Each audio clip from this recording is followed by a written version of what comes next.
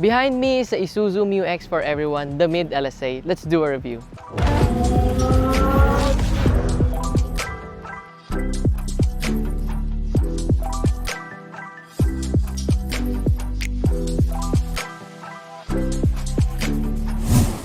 The LSA is the middle variant sa lineup ng MU-X dito sa Philippines, and based sa nakikita natin sa daan, ito yung common or pinaka-common na variant. This one is priced at 1,900,000 Philippine pesos, which kung ako yung tatanungin is a bit steep, but let's see kung worth it ba siya. Like what I said, it's a bit more low-key than the LSE variants, pero hindi mo naman mahalata na mas low-key or lower variant yung nabili mo because kung ano yung nasa LSE, ganun din yung nandito sa harap. You still have LED headlights and LED daytime running lights which look really sharp. Plus, you still have the signature of Isuzu na double fan grille, ito. And then you have LED fog lights. Kaya, saan nga ba dito yung low-key? Dito kasi sa side makikita, you get a smaller 18-inch alloy wheels in gunmetal finish wrapped in 265/60 Dunlop Grand Rectars. Mas maliit, pero it still looked really good. And another change is manual folding side mirrors na siya.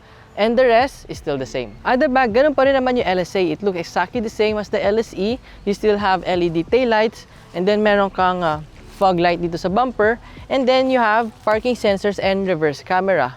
Tapos, ang lacking lang naman dito is hindi siya powered tailgate. Pero which isn't bad kasi yung mga most naman ng kalaban niya na mid variants is wala rin power tailgate. Anyway, once open, you get 311 liters of cargo capacity behind the third row seats, and kasya naman dito yung isang luggage. And kapag kailangan mo pa ng more space, you can fold the third row seats. And then you get more than 1,100 liters of space, which is competitive. So overall, the exterior of the Isuzu MU-X LSA is still good when compared to the LSE. Hindi mo mahalata na you got a lower variant.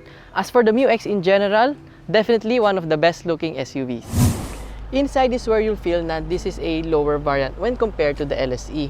So first and most obvious dito is yung kanyang fabric seats. And then sumunod is yung steering wheel. It's it's not wrapped in leather. Most materials are the same though, like itong soft touch leather on top of the dash na merong white stitching, and yung mga hard touch plastics dito sa dash and also dito sa door panels. And going back to the steering wheel, it's polyurethane, and honestly sa price nito dapat naka leather wrap na siya. And mapansin nyo na sobrang konti lang nung kanyang buttons dito sa right side ng spoke ng steering wheel kasi wala na siyang cruise controls. So we think na sana or dapat meron man lang siyang cruise control kahit hindi adaptive. So the rest naman is pretty much the same, starting with the infotainment. This still has the same 10.1-inch touchscreen infotainment system, which is by AVT if we're not mistaken. And maganda dito is very responsive yung kanyang mga touch-sensitive buttons. Ayan, no, nagre-respond sila agad from your touch, which is nice.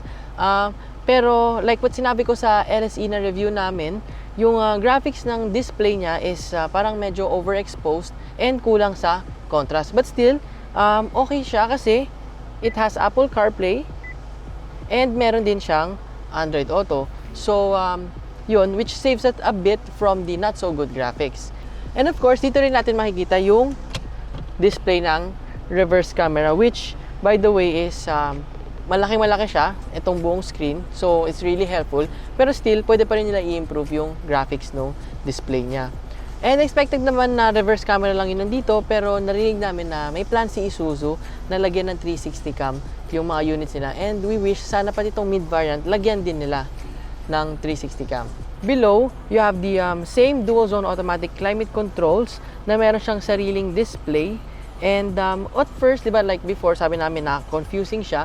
Pero with many interactions with the D-Max and other Isuzu MU-X na models, nasanay na rin naman kami.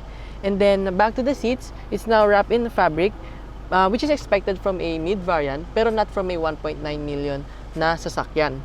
But still, okay pa rin naman kasi maganda yung quality nung fabric niya. And then, the seats are comfortable. It hugs you in place, lalo na dito sa shoulder part.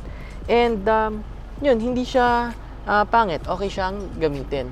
So, with the rest naman, you have this storage here sa baba.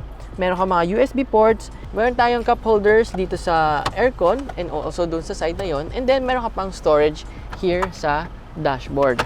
And then you have your leather wrap na armrest, plus meron kang electronic parking brake with auto hold function. So now, doon naman tayo sa second row. So now we're here in the second row, and ito yung space ko dito. It's a pretty decent. I'm 5'5". Ito yung legroom ko. Ito yung footroom.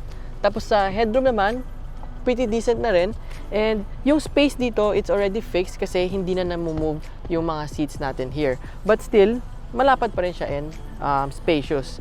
Tapos pagdating naman sa seats, it's really comfortable. Okay yung back support niya. And the materials is the same with the one in front. So maganda pa rin siya. Tapos you have a hook here.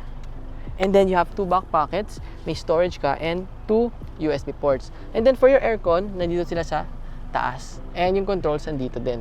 You also have a center armrest na merong cup holder na pwede mong ilabas or pwede mo rin siyang gawing storage lang. Ayan. So now, let's move on to the third row. So, to go to the third row, hilaan nyo lang to dito and then automatic na siya mag-fold up. So, yan. And then pull this and then adjust. So, ayan. So, nandito na tayo sa third row and this is my leg room. Again, I'm 5'5". Footroom ko. Ito din. And yung sa seat naman, iba na yung pattern niya compared to the ones in front. Pero still, pwede na. Pretty decent naman din yung pagiging comfortable niya here. And then you have 2 cup holders. Meron ka pang another storage on both sides. Tapos you have your own aircon vents. And yun lang yung meron dito sa third row. And pagdating sa space, sakto-sakto lang siya. So to go out, ganun din. Push this. Automatic na siya magpa-fold up. So di ka na mahihirapan. And labas ka na. We've driven the MU X before and we really like it. That was the 4x4 and this one is the mid variant. And unsurprisingly, halos parehas lang sila. And acceleration is what you would expect from an SUV like this.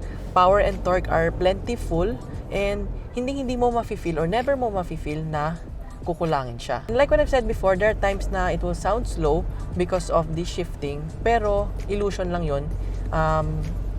Maybe it's because of the gears, and unlike sa Montero and sa Everest. But this doesn't feel slow at all. By the way, this has the same engine as the 4x4. This one is powered by a 3-liter turbo diesel engine with 187 horsepower and 450 Nm of torque paired to a 6-speed automatic transmission. One of the perks sa pagpili ng variant na ito is the better ride quality. Thanks to the smaller wheels, it's much improved and it's one of the smoothest SUV na available ngayon. And it's not bouncy, kaya very stable yung feeling niya. And then pagdating naman sa road and wind noise, it's also very good. Parang better than I remember when compared to the LSE. Tapos engine noise naman niya is a bit noisy, pero given naman na yun na kasi sa mga turbo diesel engines. And compared naman sa Everest, this one is much refined. The steering naman is understandably heavy. It's a bit heavier than the Montero Sport and sa Terra, pero it still gives you a lot of feel. And very stable siya, lalo na at higher speed and lalo na sa mga corners din. Parang wala nga body roll actually. The visibility is also very good. Mataas yung upuan mo, so nakikita mo halos buo. In terms of overall driving performance, it's safe to say na the MU X is one of the better choice sa segment niya. Sa fuel economy, we actually got good numbers. Sa city, we got around 10 kilometers per liter and that's already mixed ng heavy and light city traffic. Pagdating naman sa highway, 17 kilometers per liter and that's also really good kasi considering na hindi kami nagtitipid sa sa fuel nun. So that's already good number na nakuha namin. Before we end, I would just like to add na meron tong safety feature like the blind spot monitoring and rear cross traffic alert. And although they are very useful, for me and for our team, mas prefer namin na meron siyang cruise control na lang kasi it will make the ride na mas comfy, diba? Pero kahit hindi naman adaptive, basta may cruise control, okay na yun.